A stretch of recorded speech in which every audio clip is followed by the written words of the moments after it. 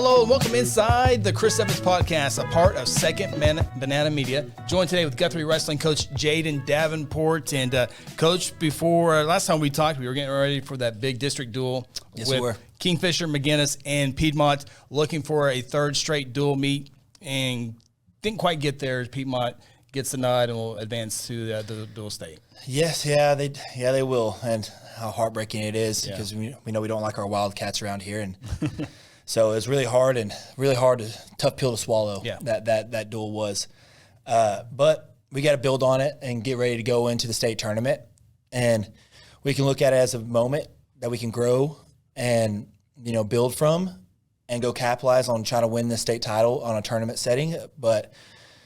We just kind of have to live with the outcome and, can't dwell on it. We just got to move on. Yeah, and you said going into that duel, you can win it if you showed up and performed like they guys can. Mm-hmm. If you didn't show up and perform, you can finish second, and it's obviously what happened there. Yeah. We have, our dual team, our dual team's kind of split right now. We have about 7 or 8 guys that's going to go out there and wrestle their butt off, and we have our other 6 that's – hasn't quite figured it out yet. And, I think they will. We saw that a little bit in Blanchard, them turn that corner because, they were kind of fueled after that Piedmont loss, and they're ready to go out and prove something. So I kind of glad that happened, and they're ready to go out there and compete and decide to turn that corner. But, with that Piedmont duel, it's hard to give up those bonus points. And we had about four of those matches that should have been close matches that we ended up on our back and ended up getting pinned. And when that happens, it's really hard to come back from. Now, you were open for most of the season at 113 pounds. Talk about what you were able to do there.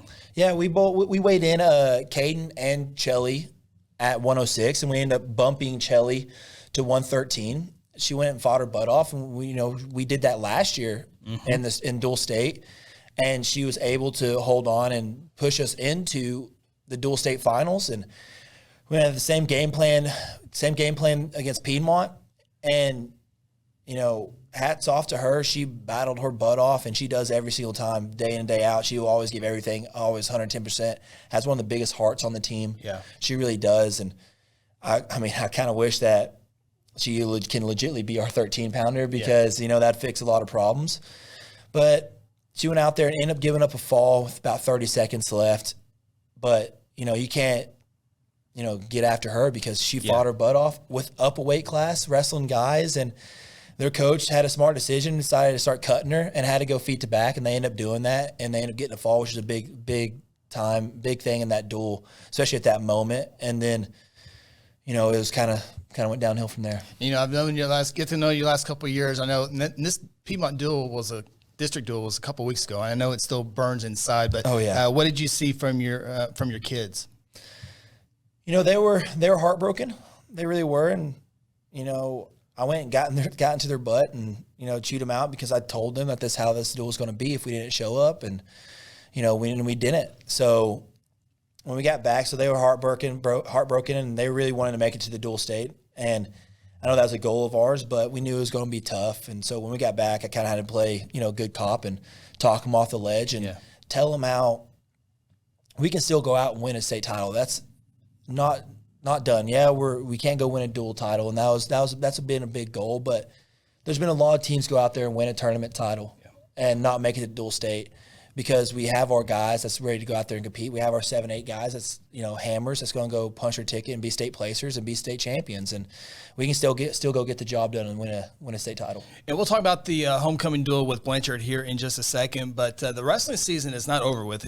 We still got the regionals and the state tournament. But Guthrie Wrestling has really exploded over the last 5-10 years and really taken off the last couple of years under your guidance. But talk about the difference between a dual state and a state team, because there's rankings for both sides. There's advantages and both sides. And just talk about the differences between the two and how one coach might think they might be better at this side than maybe the other side. So on a dual setting, there's 14 weights, and the first goal is to fill all 14 weights. Right. And then if you have guys that are just, quality wrestlers that know how to, not get pinned, know how to win those close matches, you're going to have a pretty solid dual team just because you're going to fill every single weight and every guy can wrestle a little bit. Now that won't transition very well into the tournament setting, because the tournament setting kind of goes who has the best wrestlers. Yes. And so that's where we're best at, is in our tournament setting, because we have 6 to 8 guys that are one of the top in the state. They really are. We have, returning state champs. We have returning, state finalists. And we have guys that's going to be predicted to be in the finals, if not just on the podium. And that really showed right after district duels. We go into UConn's tournament. And that's with Piedmont there. That's with Collinsville, which is, I think, currently ranked about 2 or 3 right now, depending on which rankings you look at. And we go out there and we beat Collinsville by 12 points, and that's still without our 57-pounder. And we end up beating Piedmont by about 25, 30 points. Yeah. And, that's kind of, when you look at that, that just kind of shows that we have the better individuals, but on a dual setting, they just had the more complete team. Yeah. And, at the end of the day, I'm kind of fine with that. A lot of wrestling coaches love to go to dual state, but everyone's main focus is that tournament setting. I'm glad you said that, because I was going to ask, because the state tournament, the big house, the fairgrounds, there's so many people there for that tournament. And, dual state, I kind of learned a couple of years ago, it's been going on, but it really seems like and maybe it's the bigger one because it's the last one compared to dual state. Yeah, it's the big one. And, wrestling's always been in the tournament setting. That's kind of what it's been based around. Right. And, that even in college, that's the most important thing to win. Everything's fine if you go to national duels and you win that. That's great. It's a great accomplishment. But at the end of the day, everyone wants to win that tournament title, and that's where you truly say that I had the best team in the state. Yeah, because when that tournament, you always had the best team. Then you always talk about the state qualifier, the state placer, the state champion. It all comes from that tournament. Yes. And, I can remember Brian Dutton and Landry Chappell and all these great Blue Jay wrestlers winning state, but I couldn't tell you about what year they went to duels and what year they didn't. And so it's like the state tournament's obviously a little bit more focused. Yeah. And this year I told the guys that right after Piedmont, when we got back, guys, we can repeat the 1981 season, and that's with our AD John Chappell. Yeah, he was on that team, ended up being a state placer for that year, and they didn't make it to dual state, and they turned around and won a tournament title, and that's what we still see, that banner hanging up in the gymnasium, is that 1981 tournament title. And that's the one that everyone really wants to go after and everyone wants to go get, and we can really go do that. Could losing to Piedmont at that district duel fuel your run for regional and state? 100%. 100% it can. It can light that fire, and we saw that at Blanchard, those 6 guys that I kind of talked about that doesn't really know how to turn that corner yet. Well, they took that loss personal, and as they should, and they went out there to Blanchard, and a lot of those kids end up turning out and wrestling phenomenal against Blanchard. So they started. I think they're starting to turn that corner, and there's no better time than right now to turn that corner going into regionals. And some of those coaches will say, and I'm kind of one of them, sometimes it can be better to not go and focus on regionals and state. It saves you a weigh-in, lets the kids kind of be relaxed. They don't have to go weigh in for those 2 days, and it's more practice time and more preparation for that regional tournament. Well, let's talk about Blanchard. Homecoming for Guthrie wins at 46-31. It was 28-28 coming down to the final 4 matches there. You guys win 3 of the 4 to take down Blanchard. Get the win. The 2 things that stick out to me from that, I guess that was last week, got the win. Eli Clark didn't get to wrestle his final match at home. That stands out to me. And then his sister, Clea, it was the first time with my eyes. Now, it was an exhibition. Yes. And I'll get to that here in a second.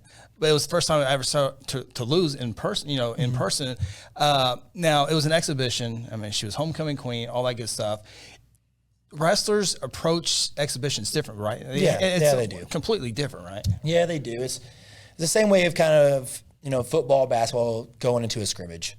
You're not as, hyped up.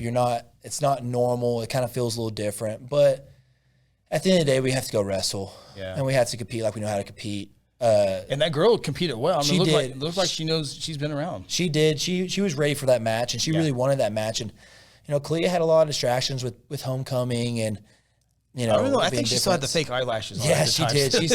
She still had her makeup on and everything, Yeah. going out there and wrestling. And she just didn't wrestle like Clea knew how to wrestle. She wrestled, you know, kind of looks like kind of lethargic. Yeah, just didn't really have the passion and the aggressiveness out there. She was kind of complacent and in scenarios, and that's what ended up coming and biting her at the end.